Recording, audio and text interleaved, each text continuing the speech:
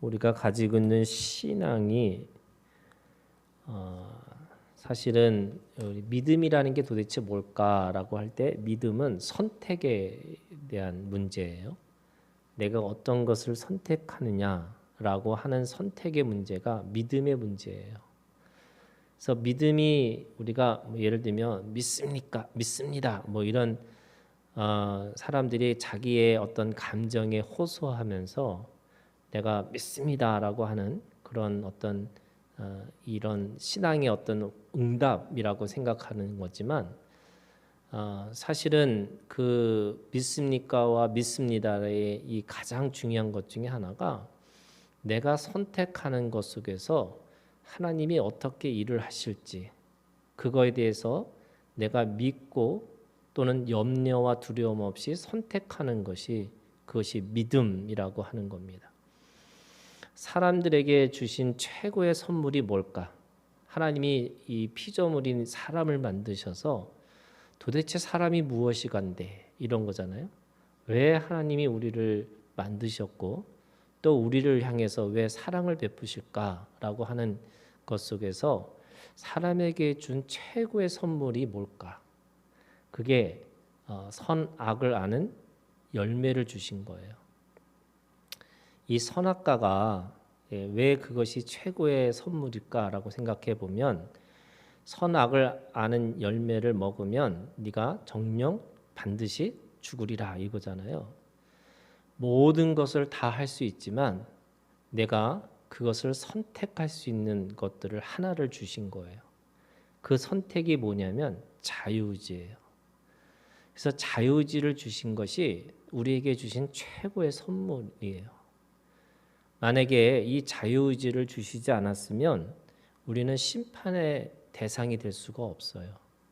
왜냐하면 하나님이 모든 것을 예정하셨다라고 하면 그냥 예정하신 거잖아요. 예를 들면 AI 또는 어떤 로봇 같은 거를 만드셔서 하나님이 그런 프로그램을 다 만들어 놓으셨고 사람은 그렇게 결정하게 할 수밖에 없는 유전 인자를 주시고 뭐 이랬다면 죄를 졌을 때 그 죄의 책임은 누구한테 있냐면 하나님 앞에 있는 거예요. 왜? 하나님이 그렇게 만드셨으니까. 그래서 선악을 아는 열매를 먹는 순간에 계속해서 다 탓을 하잖아요. 여자 때문에 누구 때문에 이게 탓을 하는 게 뭐냐면 그 탓을 하는 게 가장 궁극적으로 가면은 그게 하나님 책임이라고 하는 거예요. 하나님이 그렇게 만드셨잖아요. 이렇게 얘기하는 거죠. 아이들이 왜 너 그렇게 안 했어? 그러면 엄마도 그렇고 아빠도 그렇고 다 닮았으니까 그런 거지 뭐 이런 것처럼. 그러면 거기에 어떤 책임에 대한 거를 물을 수가 없는 거예요. 이 책임을 물을 수 없다는 말은 심판할 수 없다는 거예요.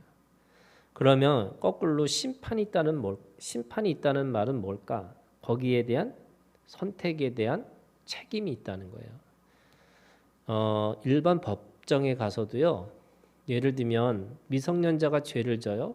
그러면 미성년자는 그걸 판단할 수 없는 나이기 때문에 그거를 죄를 줄 수가 없어요.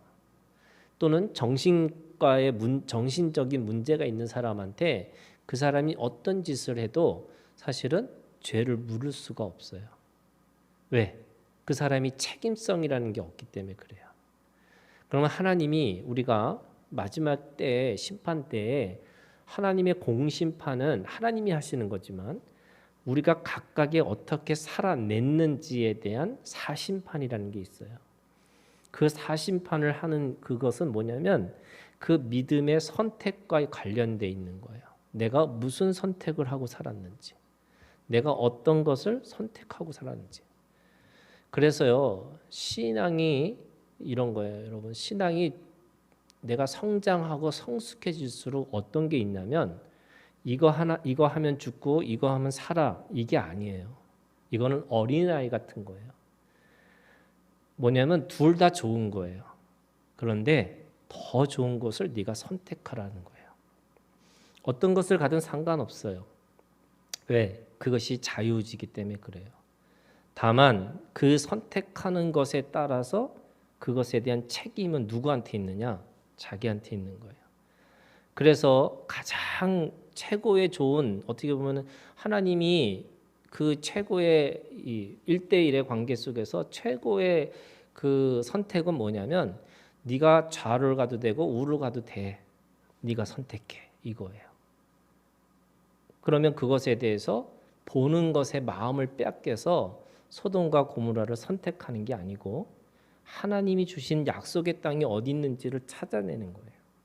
근데 사람들은 안목의 정욕, 육신의 정욕, 이생의 자랑이라고 하는 걸 통해서 계속 육신의 그 선택을 하고 살아갈 수밖에 없는 거죠. 그때 여러분 선택이라는 게 뭐냐면 죽음이에요. 그 죽음이라는 게 뭐냐면 내가 하나를 포기해야 되는 게 선택이에요. 이쪽도 가고 싶고 이쪽도 가고 싶으면 선택할 수가 없어요. 그래서 선택이라는 말 속에는 뭐도 있냐면 포기라는 말이 있는데 어디까지 포기하는 거냐? 자기의 죽음의 자리까지 포기하는 거예요. 그게 믿음이에요. 오늘 이 29장은요. 사실은 이 다윗의 진퇴양난이에요. 무슨 말이냐면 선택할 수 없는 처지가 되어버린 거예요. 그 사람한테는 자유가 없는 거예요. 다윗에게는. 그래서 이 사무엘상 29장은 엄밀히 따지면요, 이게 우리가 이 다윗의 삶을 인생을 바라보면 여러분 다윗이 왜 시를 그렇게 많이 썼을까? 인생의 어둠의 밤이 굉장히 많았다는 거예요. 그리고 왜 다윗을 우리는 최고의 어떻게 보면 아브라함과 다윗의 자손 예수 그리스도의 계보라고 하잖아요. 아브라함의 신앙을 들여다보면 대단한 믿음이 있어요. 거기에 점점점 자라나는 믿음도 있고요. 그리고 마지막에 하나님 앞에 하나님의 나라를 향한 마지막 선택도 있어요. 똑같아요. 다윗도 마찬가지예요. 다윗이 가지고 있는 인생의 가장 중요한 그 핵심 단어가 뭐냐면 중심이에요. 어떤 순간에도 중심을 가지고 있었다는 거예요. 근데 중심이라는 게 뭐냐면 방향이에요. 방향. 그래서 신앙은 내가 어떤 것을 선택하느냐, 이거 되게 아까 중요하다 그랬잖아요. 근데 선택에 있어서 가장 제일 중요한 게 뭐냐면 방향이에요. 내가 어떤 방향을 갈 것이냐. 이게 나 중심이냐, 하나님의 중심이냐, 개인이냐, 공동체냐, 이기적인 거냐, 이타적인 거냐. 방향이에요. 왜 사울은 하나님이 버리시고 왜 다윗은, 여러분 다윗이 무너지는 상황이 지금 그 초반에 가장 무너진 자리가 29장과 같은 자리예요. 지금 뭐 하고 있는 거냐면 블레셋 사람들이 적군에 가서 빌붙어서 살고 있는 인생이 다윗의 인생이에요. 그러다 보니까 자유를 뺏겼어요. 그러니까 자유를 뺏기다 보니까 어디까지 간 거냐면 자기 민족을 치러 가기 위해서 자신들이 칼을 들고 갈 수밖에 없는 처지가 돼버렸어요. 진퇴양난이죠. 뭐냐면 자기가 칼을 들고서 싸우는 사람이 누구예요? 자기 민족이에요. 또는 자기가 왕이에요. 하나님 앞에 사무엘에게 2번이나 너는 왕이라고 세례를 받았어요. 그러니까 기름 부으심을 받았어요. 자기가 왕인데 자기 백성을 쳐서 죽여야 되는 그 전쟁에 참여할 수밖에 없는 처지가 되어버렸어요. 어떻게 보면 믿음은 아까 선택이라고 그랬지만 그 선택할 수 없는 자리가 지금 이 사무엘상 29장의 처지예요. 그런데 그에게 있는 그 사람들의 고백이 뭐냐면 블레셋 사람들도 노래한다는 거예요. 뭐라고 노래하냐면 5절에 보세요. 그들이 춤추며 노래하여 이르되 사울이 죽인 자는 천천히요 다윗은 만만이로다. 이 천천과 만만이라는 뜻이 뭘까? 이 천천은 원래 숫자는요. 사람의 숫자가 100이에요. 하나님의 숫자는 1000이에요. 만이라는 거는 어떻게 보면 하나님의 관점에서 보면 도저히 있을 수 없는 일들이 일어난 거예요. 사람이 오래 살아도 969세잖아요. 무슨 말이냐면 다 1000년을 못 사는 거예요. 왜? 1000년을 못 산다는 게 뭐냐면 인간의 숫자는 아무래도 100의 단위예요. 100단위예요. 그런데 천년 왕국, 이게 무슨 말이냐면 하나님이 다스리는 시간이라는 거예요. 근데 사울은 천천, 뭔가 하나님의 뜻을 따라서 살았던 사람도 천천인데, 다윗은 사울을 뛰어넘고 하나님이 생각하는 또는 우리가 생각하는 이상의 것들을 생각하는 만만이라는 거예요. 10,000명을 죽였다는 거잖아요. 근데 누구예요? 그게 블레셋 사람들이었어요. 그런데 지금 그렇게 힘이 세고 그렇게 대단한 사람이, 또는 이스라엘의 왕이라고 기름 부으심 받은 사람이 뭐 하고 있냐면, 지금 이스라엘을 쳐들어가기 위해서 블레셋 사람들과 함께 같이 군사를 일으켜서 같이 가고 있는 중인 거예요. 이게 말이 될까? 그리고 선택할 수 없는 그 처지가 된 거죠. 이게 진퇴양난이에요. 그러면 무슨 말이냐, 여러분? 믿음이라는 게 아까 선택이라고 그랬잖아요. 근데 내가 뭘 선택할 수 없는 처지가 있어요. 여기도 갈 수도 없고 저기 갈 수도 없는 그 처지. 그러니까 믿음이라고 하는 것이 선택이라고 한다면, 그 도저히 믿음도 사용할 수 없는 그 어둠의 자리가 있는 거죠. 우리가 그런 게 있어요. 사람이 살다 보면 믿음조차도 쓸 수 없는, 내가 어떻게 할 수도 없는, 그냥 뭘 하면 다 이게 어떻게 보면 어둠에 더 들어가는 늪과 같은 그런 시간이 있고요. 그런 상황이 있는 거고, 또 그거를 선택하는 순간에 이것도 아니고 저것도 아닌 그런 상황 속에 빠지는 경우들이 있어요. 전도서에 있는 말씀에 보면 때라는 게 있잖아요. 가까이 할 때가 있고 멀리 할 때가 있고 사랑할 때가 있고 또 미워할 때가 있고, 그 때라는 게 뭘까? 사람마다 그 때에 어떤 선택을 하느냐가 되게 중요한 건데, 어떻게 보면 지금 이 다윗이 가지고 있는 이 문제는 뭔가를 아무것도 할 수 없는 그런 상황, 이게 진퇴양난의 상황 속에 있는 거죠. 자, 이게 어떤 의미냐면 모세도 그런 경우가 있었죠. 뭐냐면 뒤에는 바로의 군대가 쫓아오는 거고요. 앞에는 뭐가 있어요? 홍해 바다가 있는 거예요. 싸울 수도 없어요. 왜냐하면 다 노예들이었잖아요. 그들이 가지고 나온 거는 어떻게 보면은 기껏해야 낫 정도, 창이나 칼이나 있는 게 없는 상태인 거예요. 바로의 군대들은 말과 마병과 군사들이 있는 거예요. 그들 앞에서 죽기 살기로 싸울 수도 없는 상황이고, 또 앞으로 가고자 하니까 뭐가 있어요? 홍해 바다가 있어요. 진퇴양난이죠. 뭐 배수진을 친다? 이것도 할 수가 없어요. 그냥 죽는 거예요. 다 몰살당하는 거예요. 그때 모세가 가지고 있는 이 진퇴양난, 또 아브라함이 그런 경우도 있죠. 여러분, 아브라함이 사랑하는 아들을 하나님 앞에 바치라고 하는 제물로 아들을 드리라는 거예요. 근데 여러분, 제물이라는 게 그냥 제물이 아니잖아요. 각을 뜨는 거예요. 피를 다 뽑아내는 거예요. 거기다가 그것을 태우는 거예요. 근데 그 아들이 누구예요? 이삭이에요. 이삭이 뭐냐면 하나님이 나를 웃게 하셨다. 하나님이 주신 선물이에요. 하나님이 주신 선물, 생명과 같은, 그리고 맏아들이고 유일한 아들인 그 아들을 하나님이 바치라는 거예요. 이게 뭐예요? 진퇴양난이에요. 또 그 이삭도 마찬가지죠.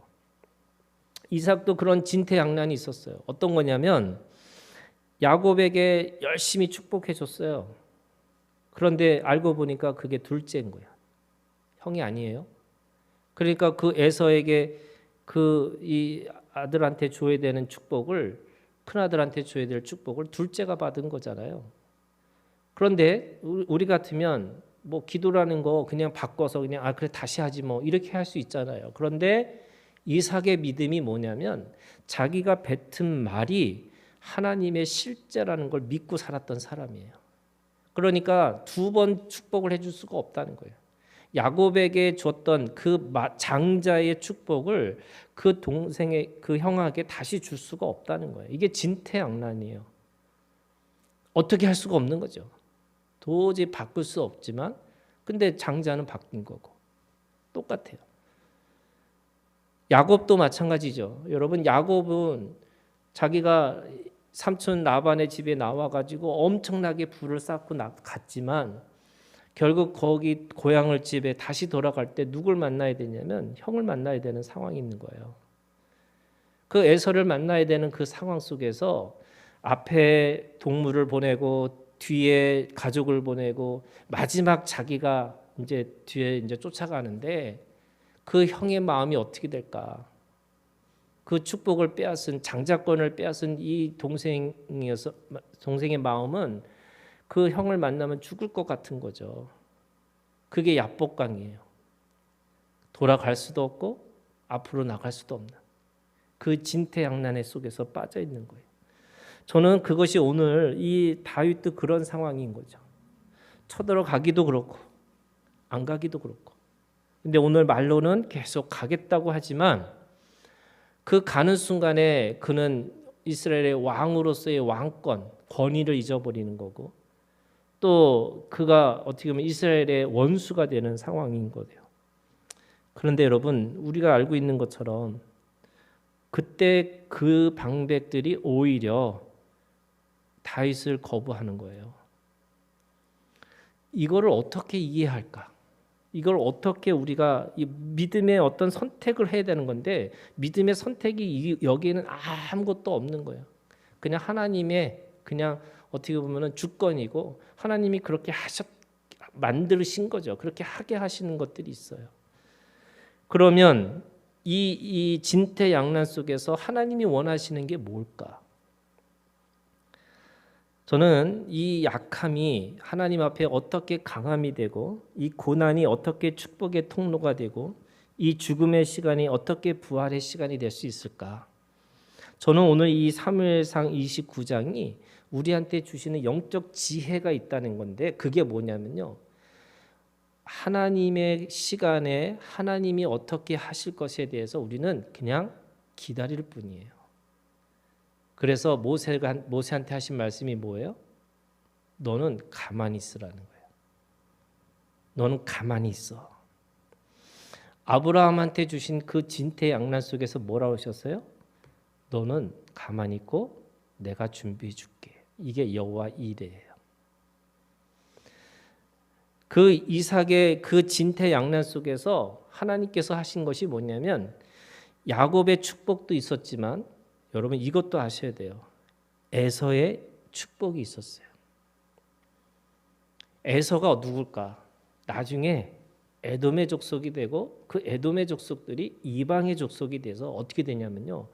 그걸 우리는 늘 이방인들이라고 생각하고 그들이 하나님 앞에서 하나님의 나라를 늘 발목 잡는 사람들처럼 보였는데 우리는 몰랐는데 로마서를 가면 어떤 일이 벌어지냐면 구원의 역설이 일어나요. 육적인 이스라엘을 치고 이방인들을 들어서 하나님과 접붙임을 통해서 이방인들을 구원하시겠다는 거예요. 그러면 뭐냐? 하나님은 하나님의 역사를 그 안에 진퇴양난 속에서도 하나님은 늘 뒤에서 뭔가를 준비하고 계시다는 거예요. 그때 어떻게 보면은 이삭의 이 진퇴양난 속에서도 이삭에게 뭐냐면 네가 할 수 있는 것만큼 축복하라는 거예요. 야복강에서 그 야곱의 경험은 뭐냐면요. 야복강에서 뭐 했어요? 대퇴부를 맞으면서 여러분 그거를 그냥 성경적으로는 대퇴부를 맞았다고 했지만 그가 평생 장애인이 됐다는 거예요. 근데 그 장애인의 그 삶 속에서 이 야곱이 어떤 사람이 되냐면 바로 앞에서 뭐라 하냐면 내가 험악한 삶을 살았지만 축복하는 자가 됐다고 말씀하세요. 다시 말해서 이스라엘이라고 하는 이름이 뭐냐면 하나님을 이긴 자 이렇게 됐지만 하나님이 어떻게 보면 하나님이 그렇게 불려주신 거죠. 하나님을 이겼다고. 그래서 그 안에서 씨름하는 자와 같이 견디고 버티고 있다 보니까 하나님이 그 대퇴부를 치면서까지도 뭐라 하냐면 내가 너에게 져주고 네가 이긴 자로 내가 삼을 거다 이렇게 말씀하세요. 오늘 다윗도 마찬가지예요. 저는 다윗이 이 속에서 뭔가 사람 앞에서 계속 머리를 쓰려고 하는 게 아니에요.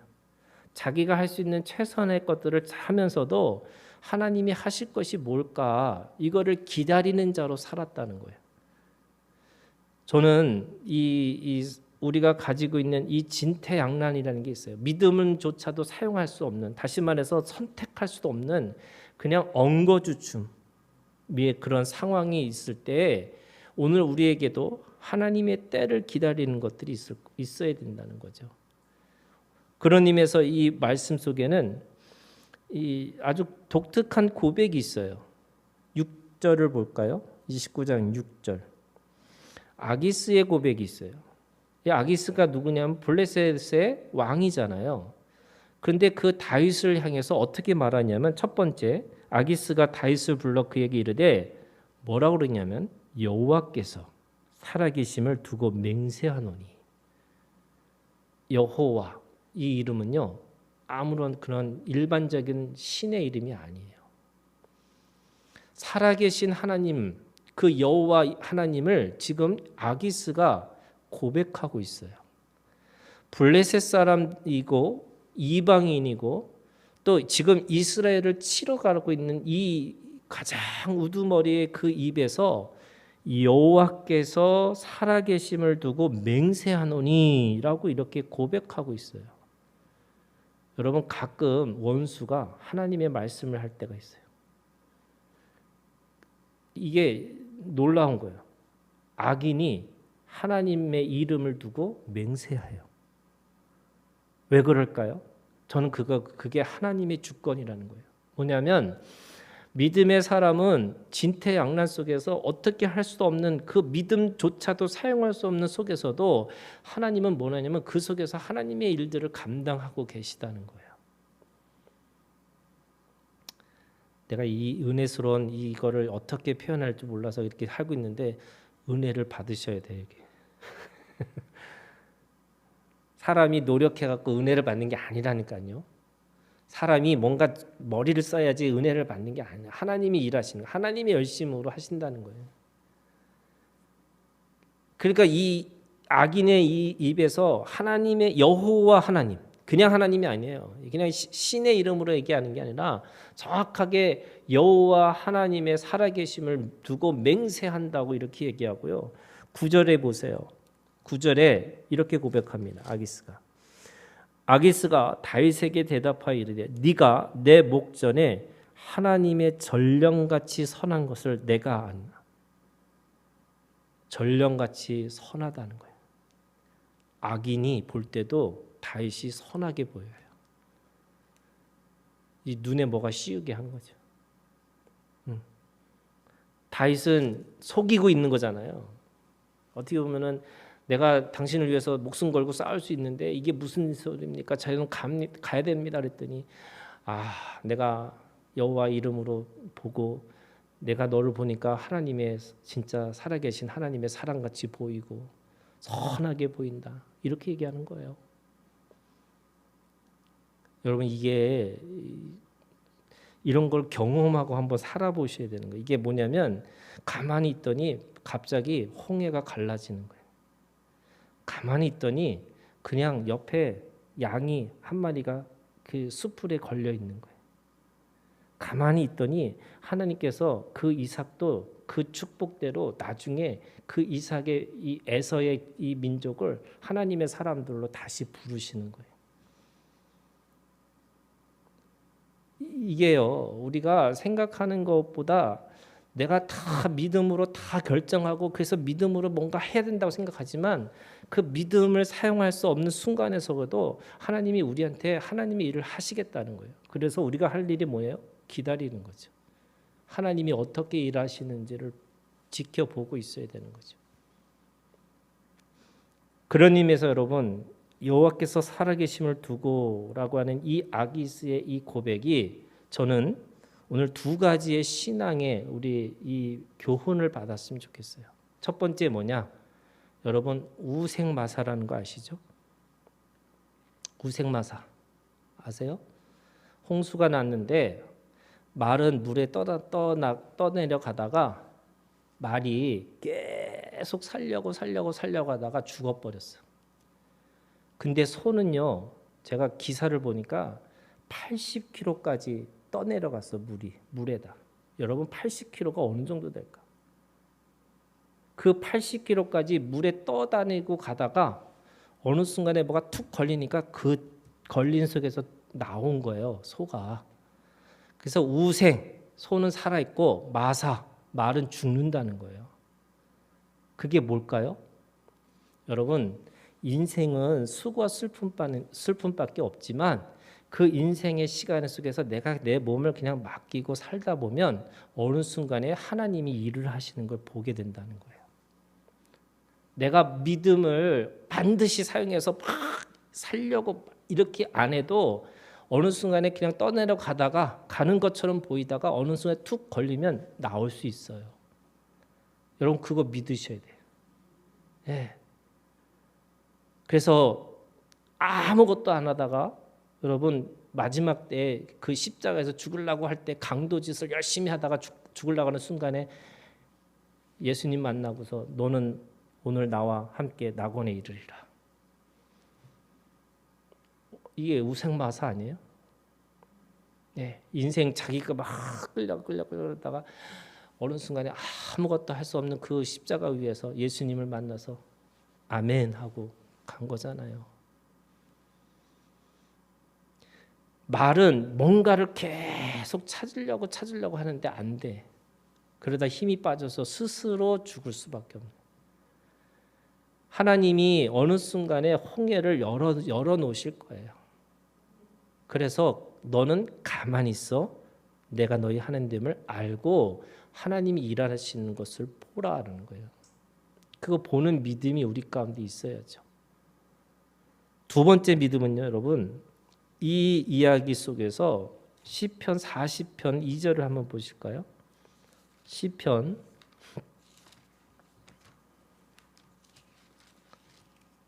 40편 2절. 우리 다 같이 시편 40편 2절 우리 함께 다 같이 읽겠습니다. 나를 기가 막힐 웅덩이와 수렁에서 끌어올리시고 내 발을 반석 위에 두사 내 걸음을 견고하게 하셨도다. 기가 막힐 웅덩이, 수렁에서. 그것이 뭐냐면 그 블레셋 사람 아기스 앞에서 어떻게 할 수 없는 웅덩이와 그 수렁 속에 있는데 그래도 그것이 늪이 아니고 그것이 하나님이 어느 순간에 반석 위에다가 내 발을 두셔서 끌어올리시겠다는 거예요. 그래서 여러분 우리가 어떤 상황에 이런 거예요. 믿음을 사용하지 할 수 없는 어떤 상황 속에서도 그 반석은 늘 내 발 밑에 있어요. 그러면 우리 인생이 늪이 아니고요. 반석이에요. 그리고 반석 위에 세워질 내 발이 어느 순간에 딱 느껴질 때 그곳에다가 하나님의 집을 짓는 거죠. 그래서 반석 같은 믿음이 있는 거죠. 어떤 순간 어떤 상황 또는 내가 믿음을 사용할 수 없을 정도의 그 곤란한 진퇴양난의 그 상황 속에서도 어느 순간에 하나님이 나한테 내가 디딜 언덕을 반석을 나한테 주시겠다라고 하는 것을 가지고 그 믿음을 가지고 기다리고 버티는 겁니다. 여러분 오늘 이 믿음이 오늘 우리 가운데 있기를 주님의 이름으로 축원합니다.